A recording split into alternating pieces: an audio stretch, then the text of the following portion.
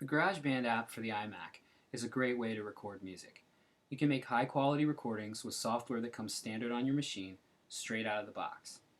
This is not a toy. A friend of mine said this. His name is Bob Dorsey, and he's right. It's crazy.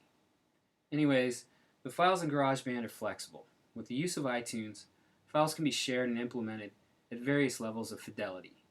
You can have an electric guitar recording that sounds awesome in several quick and easy steps. I'm making some assumptions here. Let's get that out of the way. Who are you? Well, you've got your iMac. You're an amateur musician, some kind of tinkerer, maybe a songwriter. You've taken a look at GarageBand. And you've got basic electric guitar gear. You're a guitar player, so we're gonna take it as a given that you do have an electric guitar amplifier, an instrument microphone, and a USB interface. And very much so, you want to reduce some grief and suffering while you learn GarageBand. So, let's get going. First, we want to start a new project. Go ahead and open up GarageBand and start a new project. It looks like this.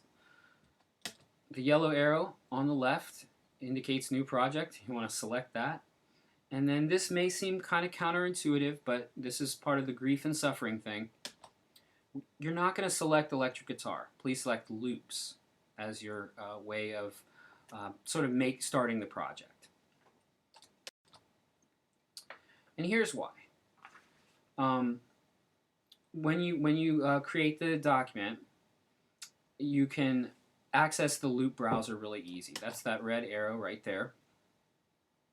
And it will allow you access to loops. And there's a custom loop that I've got there. And it's fun. It's more fun to do it this way. And I discourage the use of the metronome feature. This will be better playing for you. Okay? So we're going to walk away from GarageBand for a second, and we're going to set up your physical gear. This is your physical gear. So it's time to go ahead and plug in your guitar to your amp, and you want to have your instrument mic right there where it can hear your amplifier. Start playing and get it how it sounds good to you. If you have a distortion pedal or some other effects pedal, you can set it up like that too. And again, this is how you want it to sound in your ears ideally. And this is the time to do that part.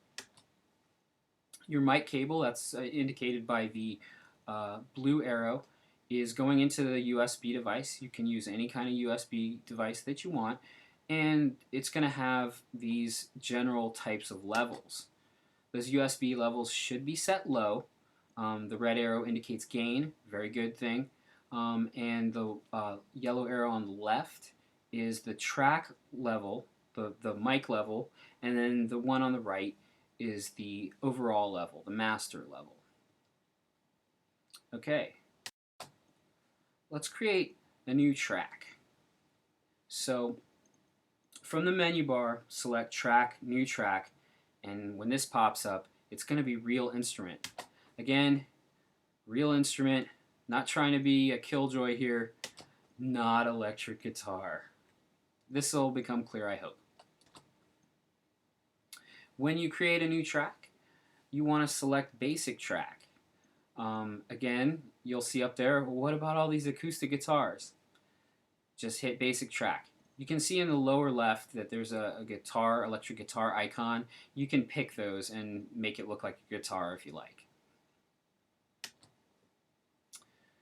So you've got the sound coming good through your ears. Your USB levels are low, and now you're going to start increasing those levels to the right. And this is the interplay. Your microphone is the thing that's hearing what your ears are hearing, but it hears it how it hears it. And these levels are what are going to determine that. And you'll see the effect of that right there on your guitar track. It starts to animate.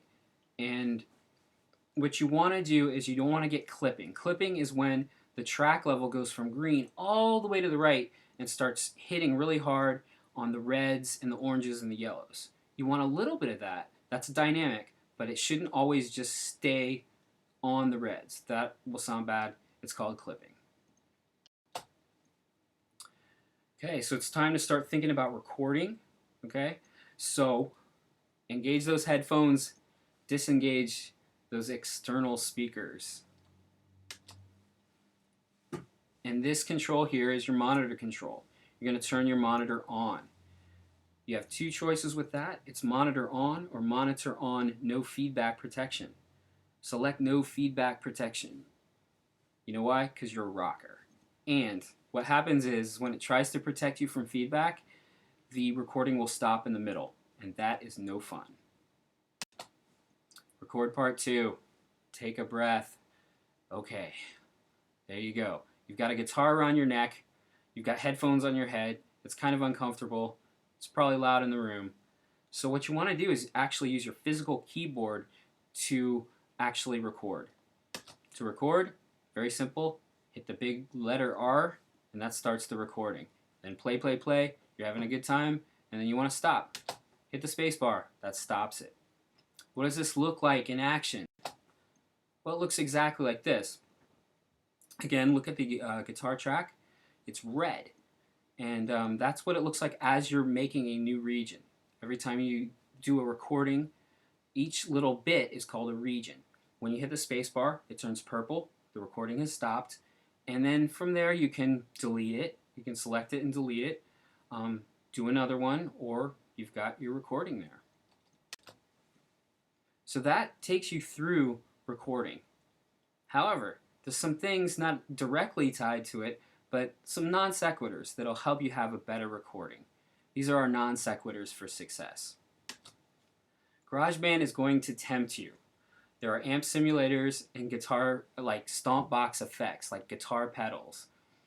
These are processor intensive, and they will cause problems. Latency, weird stuff. So you can audition those, but and it can give you some ideas of effects you might like in the future, but you are better off actually purchasing those effects and using them before you're processing stuff. Physical guitar pedals. But this will show you what a delay pedal will do. But don't use them right now. Use your distortion pedal that you already have. Okay, this is old school Mac stuff. Again, because of the processing load, you can save and close and reopen often, and it'll just run better, it'll run tighter.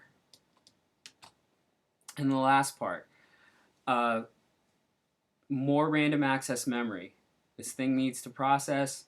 You want to have at least 8 gigs. I'm moving up higher.